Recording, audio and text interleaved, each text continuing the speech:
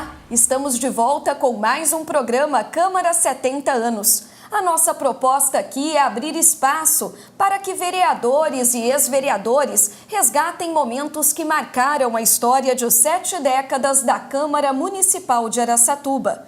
Hoje, o nosso entrevistado é o advogado, procurador federal aposentado e ex-vereador Lúcio Leocar Colíquio. Seja bem-vindo, doutor Lúcio, ao nosso estúdio. É muito bom recebê-lo aqui. Os meus cumprimentos, primeiro, aos senhores vereadores, às senhoras e senhores vereadores, e cumprimentando aos senhores vereadores que são os representantes do povo, eu me permito cumprimentar a todo o povo de Araçatuba, porque o Colégio de Vereadores é produto da vontade popular. E os que estão aqui agora em 17 vereadores, é isso? 15 vereadores. 15 vereadores. 15 vereadores. Eu me lembrei do meu tempo. Exatamente. Mas os 15 vereadores representam, como eu disse, a vontade popular.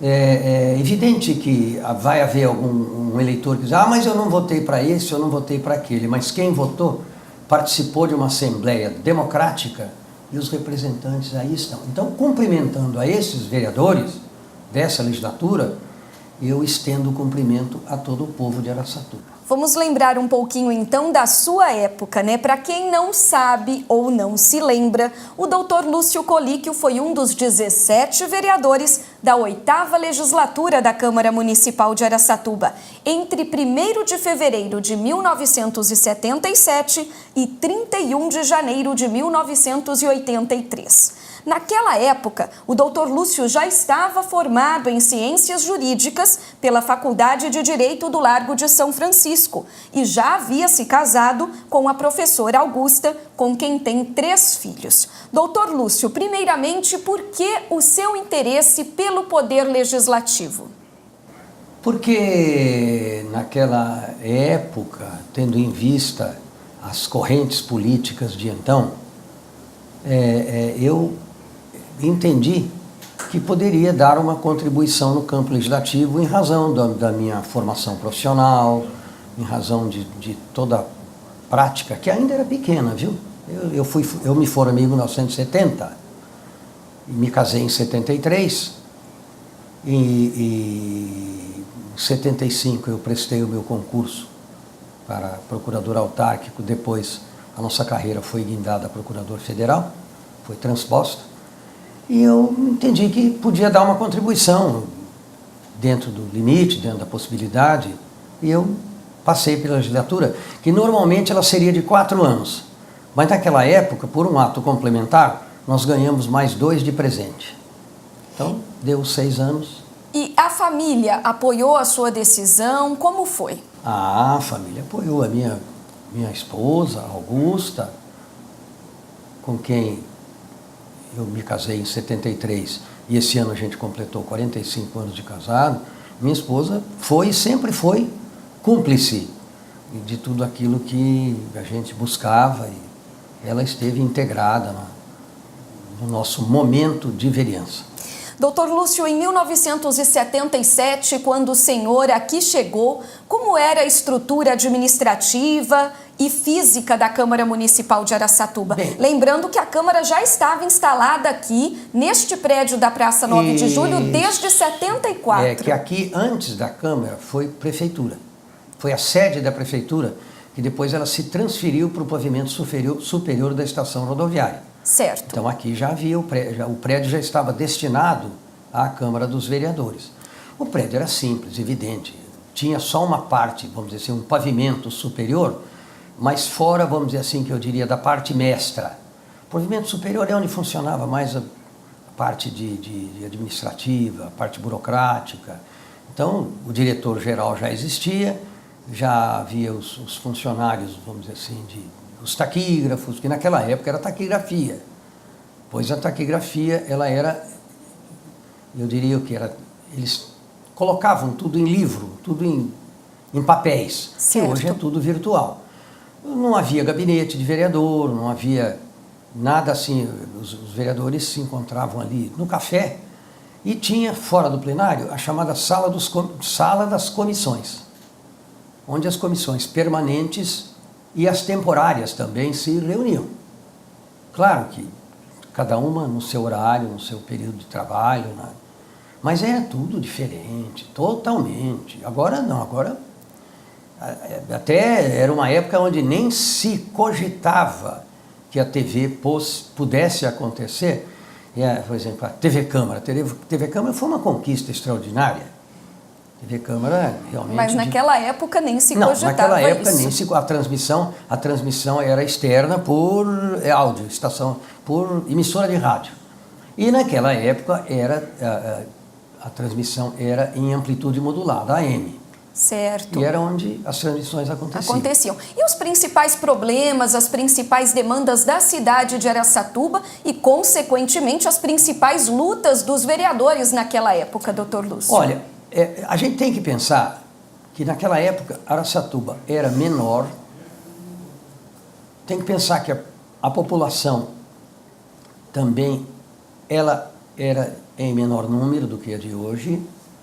Então, as necessidades coletivas sempre, eu diria que guardam uma correlação. Certo. Só que elas aumentam em face da complexidade até do desenvolvimento do município. Ah, mas tem uma coisa. Naquela época, Araçatuba ela não se cingia aos limites de hoje. Até porque Santo Antônio do Aracanguá era um bairro nosso, um bairro rural. Santo Antônio do Aracanguá, Vicentinópolis, Major Prado, que hoje é município.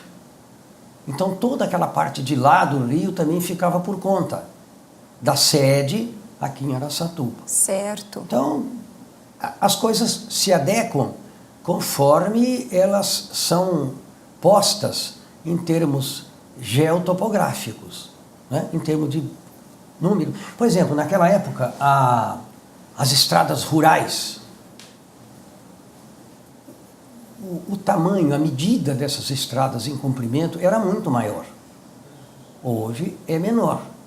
Mas, não tenha dúvida que o povo sempre tem outras necessidades que emergem conforme o seu desenvolvimento. Doutor Lúcio, e falava-se em políticas de acessibilidade? Havia políticas de acessibilidade naquela época? Olha, havia menos, sim, mas a legislação começava a acontecer. Principalmente depois da emenda constitucional número 1, de 1969, havia artigos específicos de acessibilidade, que dependiam de regulamentação.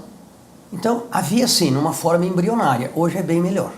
Os interesses dessa classe eram uma luta do senhor aqui na Câmara Municipal de Araçatuba? Nós podemos dizer que o senhor era um vereador de classe ou não? Eu nunca fui um vereador de classe, até porque eu não entendo que o deficiente é uma classe. Certo. A gente faz de acordo com os problemas quando eles aparecem. E naquela época era muito difícil legislar sobre isso, porque o vereador não podia e nem lhe cabia apresentar projetos que mexessem em despesa, principalmente quando essa despesa fosse aumentada. Como acontece hoje Como também, acontece né? hoje. Não pode. Mas hoje tem outras maneiras de se trabalhar. Outras maneiras. Que havia na época também, mas de uma forma menos ampla, mas fazia-se. Principalmente quando havia um bom entendimento entre a Câmara e a Prefeitura. Certo. Certo. Quando o senhor foi vereador aqui de Araçatuba, vigorava no país o regime militar. Houve interferências no trabalho dos vereadores? Os militares interferiam no trabalho dos vereadores aqui em Araçatuba, em outras partes do país, ou não? Foi tudo tranquilo? Era a mesma coisa? Olha, eu nunca tive problema com militar. Absolutamente, nem com militar, nem com polícia. Minha conduta sempre foi tranquila e eu não vejo... Eu não percebi interferência de militar, até porque em 80 e 62, a redemocratização já começava. E já vinha forte, Já, né? já vinha forte, já vinha bem. Eu não me lembro, vamos dizer assim, eu não conheci a Câmara no tempo do regime militar, no início. Porque naquela época eu estava em São Paulo cursando a faculdade. No Largo de São Francisco. Então, eu não acompanhei essa época política iniciada em 64. Certo. Lembrando agora um pouquinho da sua atuação parlamentar, né? O senhor se recorda de projetos importantes que apresentou em prol do desenvolvimento de Araçatuba, da melhora da qualidade de vida da nossa população? Eu fui presidente da Comissão de Justiça pelos 3 biênios e por mim passava os projetos, por mim e pelos colegas, claro. Passava os projetos para serem analisados quanto ao aspecto de legalidade, de constitucionalidade. E naquela época a gente contava com a assessoria jurídica do Dr. Floriano Camargo de Arruda Brasil, que também foi prefeito em Araçatuba, um grande jurista, uma pessoa corretíssima, de muita competência, a quem eu rendo as minhas homenagens. Então, eu sempre trabalhei muito em prol dos estatutos, das regras que atendiam os funcionários municipais. O número já era grande, funcionários do município. Eu sempre me dediquei muito a isso, ao campo legislativo, sabe? O senhor, por exemplo, ajudou na elaboração do Estatuto dos Funcionários Públicos Municipais, né? Também. O primeiro trabalho, numa comissão especial que eu cuidei, também contando com a colaboração do Dr. Floriano, e principalmente com o apoio, o companheirismo, o empenho do vereador Zé Ferreira Batista Júnior, o Ferreirinha, a quem eu rendo as homenagens sempre que falo com ele. Então, a primeira coisa que nós fizemos foi reformular o regimento interno. Isso nós fizemos. Quais foram as principais mudanças, eu só estou novidades? Me lembrando, porque isso eu quero render loas aqui à repórter. A repórter descobriu essas coisas todas. Verdade. Eu já não me lembrava mais não. Faz tempo. Verdade. De 82 a esta parte, 2002, olha, tem mais de quase 30 anos, tem um tempo. Pois é, o senhor foi o presidente da Comissão Especial de Vereadores que reformulou o regimento interno aqui da Câmara naquela época. E que resultou a Resolução 825. O número o senhor lembra? Me lembrei, que dava nova redação à então vigente Resolução 813. Houve novidades? Quais foram as principais mudanças? O senhor se lembra das principais ali? O que trouxe de novo? Por que foi tão necessária essa reformulação naquele período? O que nós fizemos foi adequar o regimento da Câmara às necessidades da época e às características daquele contexto. Certo. Que nós disciplinamos bastante coisa, que agora não me vem à memória. Naturalmente, eu teria que pegar a resolução e dar uma... isso aqui foi mudado. Praticamente ela foi mudada. Não, tanto é que a gente começava a resolução assim. A resolução, artigo 1º, a resolução 813 de tanto, passa a vigorar com a seguinte redação. E aí ia. Então aí vinha toda uma... Aí, depois de todos os artigos mudados e tal, essa resolução entra em vigor na data da publicação. Outros projetos aqui de sua autoria foram os que complementaram a Lei Municipal 1912 de 76, que determinava o fechamento dos supermercados aos domingos e feriados. Naquela época, eu tenho... A mentalidade muda, isso é que é importante. Hoje, a gente torce para que os supermercados funcionem. Permaneçam abertos. Olha como é, para que eles permaneçam, para que haja uma comodidade para o consumidor. Mas naquela época era diferente. Naquela época o pessoal... Olha, vamos figurar. Naquela época a gente tinha tempo para fazer visita para as famílias, a gente podia ficar no portão conversando.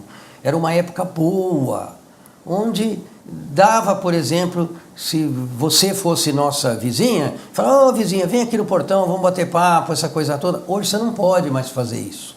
Naquela época você não tinha violência, você não tinha, pelo menos nos moldes de hoje. Era uma época que se você, por exemplo, esquecesse um objeto no banco da praça e o pessoal soubesse, esse objeto, isso aqui é da Suzy. Ô, Suzy, eu achei isso lá na praça. Talvez não fosse tanto assim como eu estou descrevendo, porque aí eu deixo a saudade se manifestar e volto no tempo de Araçatuba dos anos 60, dos anos 70, sabe? Que tudo era a época do footing na Rua Oswaldo Cruz, era uma época muito boa. Era mais tranquila. Então era interessante, a filosofia era que o empregado que trabalhava de segunda a sábado pudesse descansar a semana, no domingo. E nos feriados. O domingo era dia de domingo e feriado era dia de descanso. Tanto que o feriado, naquela época, você não abria loja, não, era para fechar mesmo. E hoje tudo permanece aberto. Hoje é feriado, mas interessa o consumo. Então o contexto é outro. Tudo que nós estamos falando aqui, para aquela época, valeu. Hoje não valeria mais. Pois é, outra lei também do contexto da época, né? Então, o senhor propôs a lei número 2000 de 77, que proibia a construção de obras com menos de 3 pavimentos nas principais ruas do centro da cidade. Suzy, nessa lei do supermercado, que foi um projeto do ex-vereador Milton Freire, ele não definia o que era supermercado. Então nós tivemos que fazer uma lei definindo, só para aquele efeito, porque senão não tinha efeito. Não sabia o que era supermercado. Quer dizer, todo mundo sabia, claro. Mas não estava no papel. Mas não estava no papel, então ninguém sabia. Isso aqui, nossa, eu não sabia. Então nós tínhamos que fazer. Aí começou a gerar problemas de interpretação, nós bolamos uma segunda lei interpretativa. Mas tudo isso era mais ou menos combinado com a prefeitura. A prefeitura sabia que o projeto ia ser feito assim, porque eles é que iam ter que fazer cumprir essa lei. Então tá, aí você toca na Lei 2000. A Lei 2000 eu achei interessante. E a gente falava que a Lei 2000 era o início de uma nova era, em termos de legislação. Que é a da construção de obras com menos de 3 pavimentos. Que hoje também ela perdeu a finalidade. Era para que no centro da cidade não se fizesse prédio com menos de 3 pavimentos. Não lembro mais, 3 ou 5. 3 pavimentos. 3, eu não me lembro mais, porque faz tempo. E essa lei, ela vigorou um certo tempo, depois ela foi mexida, eu não entro nesse mérito, porque também decorre da vontade de vereadores. Mas hoje essa lei não precisava existir. Como diz, ela pode até ser revogada, que não tem importância. Ela teve uma revogação tácita. Por quê? Porque tem tanto edifício. Hoje eu vejo aquele meu sonho, cuja precedência de ideal foi do ex-vereador Habib Nadra Ghanami, advogado, professor do trabalho na Faculdade de Toledo. E que já esteve aqui com a gente. Pois é. Ele fala, ele deve se lembrar disso. A primeiro projeto, foi dele. E nós tentamos reavivar, até em homenagem a ele. O que acontece? De certa forma, o projeto valeu. Eu me lembro, na época, que um paisagista, Burle Marx, deu um pronunciamento, veio aqui passear em Araçatuba, dizendo que não compensava construções verticais, porque isso impactava o meio ambiente, por negócio de rede de esgoto, de não sei o quê e tal. E o prefeito conversou comigo, era o doutor Cotrim.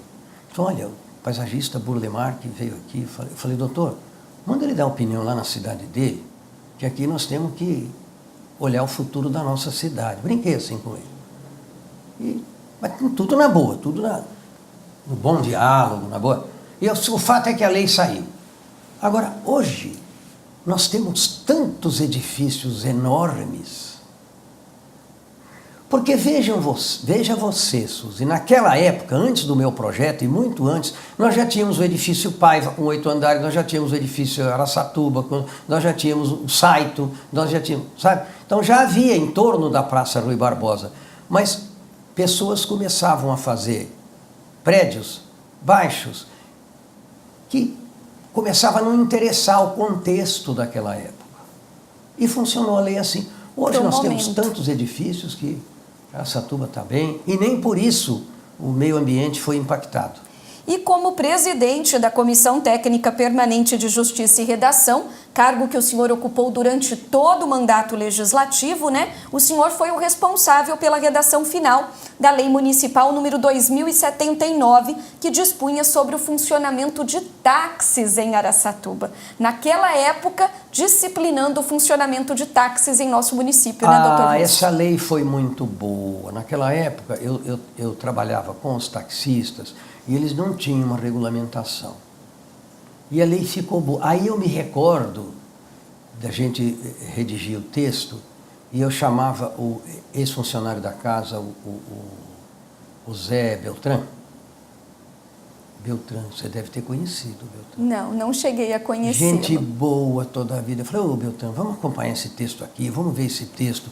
A gente mudava, se não me engano, era uma lei de 13 ou 14 artigos, mas bem disciplinado. A gente contou com a aprovação, com a aquiescência dos motoristas. Foi uma coisa assim, bem feitinha, realmente. Eu acho que foi a primeira lei de táxi a vigorar no município de Araçatuba. Claro que depois ela foi modificada, claro. Ela foi adaptada à evolução de contexto.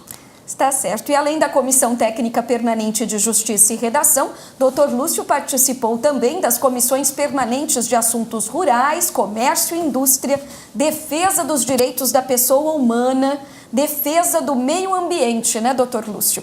3 comissões, 4 com a de Justiça e Redação. Aí a presidência era cometida a outros colegas. Certo. E ela funcionava, se bem que eram atribuições menores, os projetos eram de menor alcance. Mas eu não posso falar menor alcance, porque para a época era o que havia. Necessários também, eram projetos necessários, né, importantes. Era o que havia.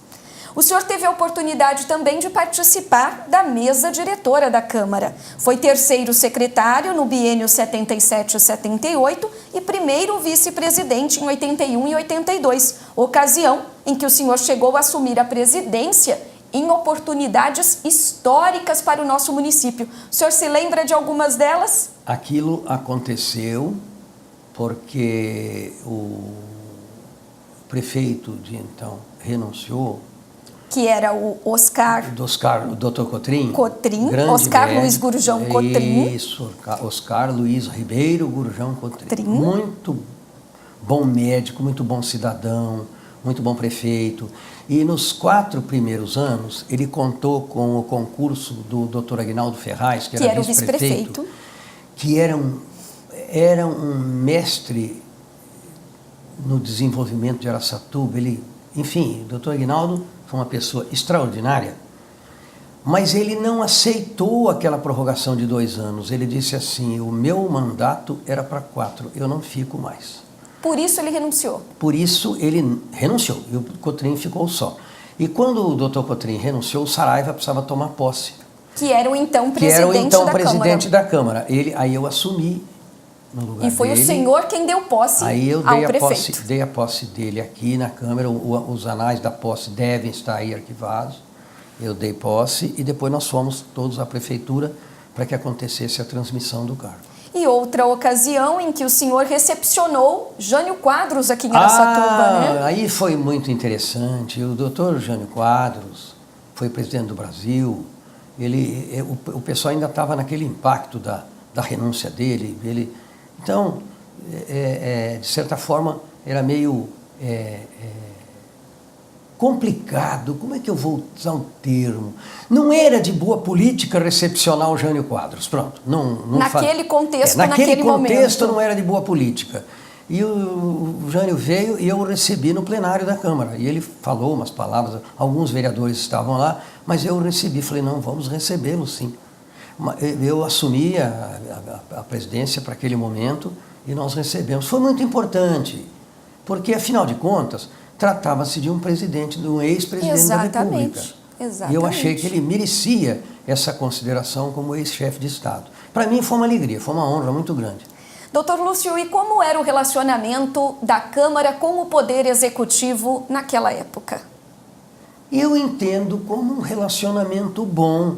Claro que existia oposição, claro que existia, mas tudo era feito mediante um entendimento. Eu não via nada que nada que dissesse, isso aqui foi feito por meios escusos, foi nada. Ou prejudicasse a cidade. Não, eu não vi. Eu não percebi. O senhor era vereador de situação, de oposição, independente? Como se classificava? Eu nunca me classifiquei de oposição nem de situação. Eu sempre me posicionei da seguinte forma: era bom para a cidade, eu apoiava. Não era, eu não apoiava. Mas eu não me perdi em críticas duras, não. Eu não era do meu feitio fazer isso. Eu realmente... Mas normalmente os projetos eram bons. Normalmente. E aí tinham o seu apoio, tinham o seu voto favorável? Tinha. Eu participava de reuniões na prefeitura. Eu não acho isso, na minha época, a gente não entendia isso como errado, porque o entendimento era bom que houvesse. Eram coisas explicadas, eram coisas assim que era como devia acontecer. Doutor Lúcio, como é sabido, a Câmara Municipal de Araçatuba completa, em 2018, 70 anos da instalação de sua primeira legislatura. Na sua avaliação, qual o legado que o Poder Legislativo tem deixado à população araçatubense? Como o senhor avalia o trabalho que vem sendo desenvolvido ao longo dessas 7 décadas pela Câmara Municipal de Araçatuba? Olha, toda atividade que você realiza, todo o trabalho, você tem resultados bons e resultados não tão bons quanto poderiam ser. Mas aí faz parte da atividade. Eu entendo que o trabalho vem sendo feito, eu entendo que a Câmara funciona convenientemente e precisa ser assim. Cada contexto merece um tipo de trabalho ou de atividade, porque as necessidades se modificam. E tem outra coisa, a Câmara de Vereadores resulta de escolha popular. E aí a importância do voto. O voto é muito importante. O que eu acho é que o eleitor, ele tem que votar com consciência. Ele tem que votar de tal sorte que ele consiga se lembrar em quem ele votou para cobrar do vereador a promessa que o vereador tenha feito em tempo de eleição. E o eleitor precisa tomar cuidado com as tais promessas mirabolantes ou fantasiosas, porque essa o eleitor não vai poder cumprir. O vereador não vai poder cumprir. E aí começa a haver choque. Mas você falou. Não, mas eu falei, mas aí começa a ter problema. Para o senhor, é gratificante ter feito parte desta história, ter ajudado a escrever essa história? Para mim é bastante. Eu tive momentos bons. Agora, momentos difíceis também. A vida é feita de momentos bons, de momentos não muito bons e de momentos difíceis. A vida em qualquer atividade. No meu trabalho, por exemplo, o meu trabalho também foi, eu trabalho como procurador, que aliás motivou o meu afastamento da política, porque eu entendi que o cargo é incompatível. Certo. Porque eu, procurador, na minha cidade, onde eu fui vereador, ou estou enfronhado na política, eu preciso agir como procurador, defendendo o ente público. Aí chega a pessoa e diz assim, doutor, mas eu, na eleição e tal, aí eu ser obrigado a dizer assim, não, mas aqui a história é outra. Não pode. Aí eu, realmente, eu deixei a política, me candidatei a primeira vez, fiquei como primeiro suplente, e depois eu me candidatei uma segunda vez, porque eu queria testemunhar a vitória da dona Germínia Venturoli. Então eu entrei realmente para ajudar. Testemunhei essa vitória e falei, agora chega, agora eu não participo mais. E aí depois dedicou-se exclusivamente à carreira de procurador federal. Ao meu cargo, perfeitamente. Em 2011 eu me aposentei depois de 30 anos de procuradoria. Estou feliz, estou bem, estou tranquilo. Enfim, eu acho que as coisas vieram acontecendo na medida em que deviam acontecer.